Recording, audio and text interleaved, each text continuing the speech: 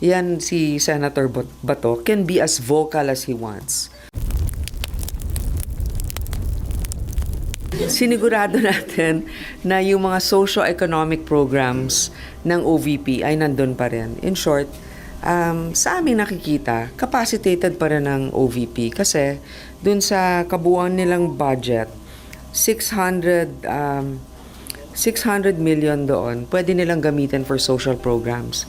In fact, nag-submit sila sa amin nung mga social programs nila.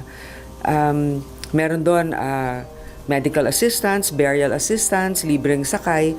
Sila mismo ang naglagay kung saan nila gustong pondohan doon sa 600 million. Hindi nila nilagyan yung medical assistance at yung burial assistance kasi kulang daw para sa kanila. Pero actually, meron silang 600 million for that. Ngayon, nagkaroon ng pagkakataon naman dito sa pagdinig nung committee hearing na bigyan ng justification kung gusto nilang itaas yung budget. Wala namang formal request from the OVP na taasan ng budget. At alam naman natin dito sa mga committee hearings, pagtataasan ng budget, kailangan meron manggagaling din sa kanila na breakdown na at justification bakit tataasan. So, hindi pa ito end of the line for the OVP budget. Malay natin, pagdating sa BICAM, meron na silang formal request and written letter na nagsasabing gusto nila kasi kailangan talaga nila itong mga programang ito. Subalit sinigurado natin na meron silang kakayanan na gawin pa rin ang kanilang mandato. Tandaan natin na hindi naman nakatali lamang sa budget ang pagiging epektibo sa iyong pamamalakad. Nasa pagtutulungan rin yan sa ibang ahensya ng gobyerno. Kaya nga, pag sinasabi natin redundancy, halimbawa, yung mga assistance for indigents, yan talaga ay responsibilidad ng DSWD. Bakit natin tinitignan na hindi nagkakadoble? Kasi yung infrastructure niyan, halimbawa, yung pagdidistribute, yung mga opisina sa iba't ibang lugar ng DSWD, naaabot na yung ating mga kababayan dun sa mga lugar na yon. Kaya, nakita rin natin na dapat kung meron isang mandato, hindi nagkakapatong-patong o nagdodoble. Ngayon, ganito. Yung ibang concerns ng mga kasamahan natin sa Senado, sinasabi, paano tayo? Tayo were elected officials. Nilalapitan tayo ng ating mga kababayan, humihingi ng panglibing o kaya panggamot. Tumutulong tayo, meron tayong kapasidad na gawin yon.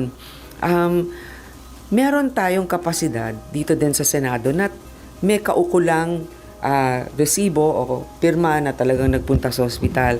Ang OVP, dun sa aming nakikita, dun sa 600 million, pwede pa rin silang kumuha doon. Ngayon, kung kulang yon, pwedeng mapunuan ng DSWD, ng AICS, ng TUPAD. Hindi naman sila bawal kumuha ron. In fact, dapat nga tulungan sila para mas maabot pa ang mas marami nating mga kababayan. Ma'am, walang kinalaman yung mga naging attitude niya, mga statements niya the past week, especially no weekend, dun sa naging desisyon po ng mga senador? Well, kung naalala ninyo, doon sa ating committee report, hindi pa nangyayari yung malaking kaganapan nitong mga nakaraang araw. Yun na talaga yung committee report ko. Kasi nga, wala namang formal request na taasan at dun sa nakita ko, yung social economic projects ay pwede pa rin nilang gawin. Okay, ngayon, kung kulang yon, hinihintay namin sa kanila yung formal request. Wala naman, siguro marami na silang mga napapagdaanan or hindi nila na sumite ng formally or informally sa amin. Marahil nabanggit nila sa inyo, pero sa amin, kailangan official. Ngayon, nung nagkaroon kami nga ng pagpupulong, remember, we're governed by rules, procedure, and tradition. So, doon sa aming pagpupulong, nag-caucus yung mga senador at na-explica ko sa kanila. Ito, pwede nilang gamitin para dito. Ngayon, kung kulang, kailangan ma-justify na hindi ito doble sa ibang mga programa. As I said, when deciding the budget, it's always a duty and a privilege to do or to allocate the very limited resources of our country. So, babanggain din natin yan sa mga tunay na pangangailangan natin pagdating sa kalusugan, edukasyon, at seguridad. Diba? Bilang sa dapat ma-justify ng OVP, yung kiniklaim nila na may about 200 na mga empleyado mawawalan daw ng trabaho. Ang mga yun kasi ganito, pag nagkakaroon ng mga satellite offices, yun nga, pag wala ka talagang infrastructure, katulad ng DSWD, kukuha ka ng mga job orders, no? Kukuha ka ng mga temporary workers. Now, we're trying to veer away from that, in fact. That's why, yung mga plantilla naman nila, nandun pa rin. Remember, we are looking at the mandate and the office, not the personality. Okay? Tapos, ang isa pa, we also have to look at the competence, the output. Kaya nga tinitignan natin palagi utilization and disbursement rate. 'Di ba? And effectivity. Kasi ba't mo naman, hindi naman pwedeng, hindi ko lang trip yan. Hindi ko trip yung namumuno dyan. So, out, 'di ba? At hindi namin din trabaho, halimbawa kung appointed, na basta-basta magdesisyon tungkol sa kanilang pamumuno. Hindi sa amin yan. Sa executive yung mga appointee na yan. So, tinitignan lang namin talaga yung output at kung sapat o kulang para magawa nila yung kanilang trabaho. Ma'am, bakit yung deliberations nangyari sa caucus, hindi sa floor? Bakit hindi open yung debate sa amendments? Well, kasi ganyan naman talaga, 'di ba? Marami naman tayong mga pinag-uusapan na mabuti na rin na lahat bukas din sa kanilang mga, minsan kasi yung iba sa atin hindi na naman nila gustong ihayag talaga lahat na hindi naman namin napapag-usapan ng maayos. So, pagdating doon, lahat ng aking mga kasamahan, libre naman silang magsabi kung anong nasa sa loobin nila.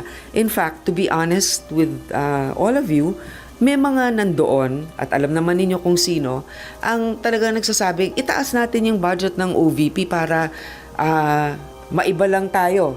No? Maiba lang tayo sa version ng House. Sabi ko, marami tayong pinagkapareho at marami rin tayong pinagkaiba sa House. Hindi tayo magiging iba lang sa House just for the sake of being different.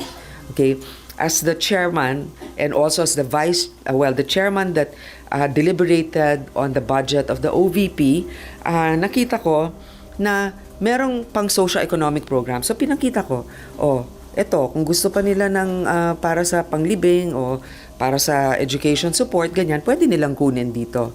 Ngayon, sa BICAM, pwede natin tanungin yung counterpart natin, anong justification ninyo. And even at the point from now until then, kung makakuha tayo, halimbawa ng formal request na hindi namin magagawa ito dahil kulang sa ganyan, tignan natin, banggain natin sa functions ng ng DSWD, ng DOH, ng DOLE, kung talagang walang mga programang ganon. Pero sa nakikita ko nga, so syempre, nandun na rin yung bugso ng emosyon, di ba?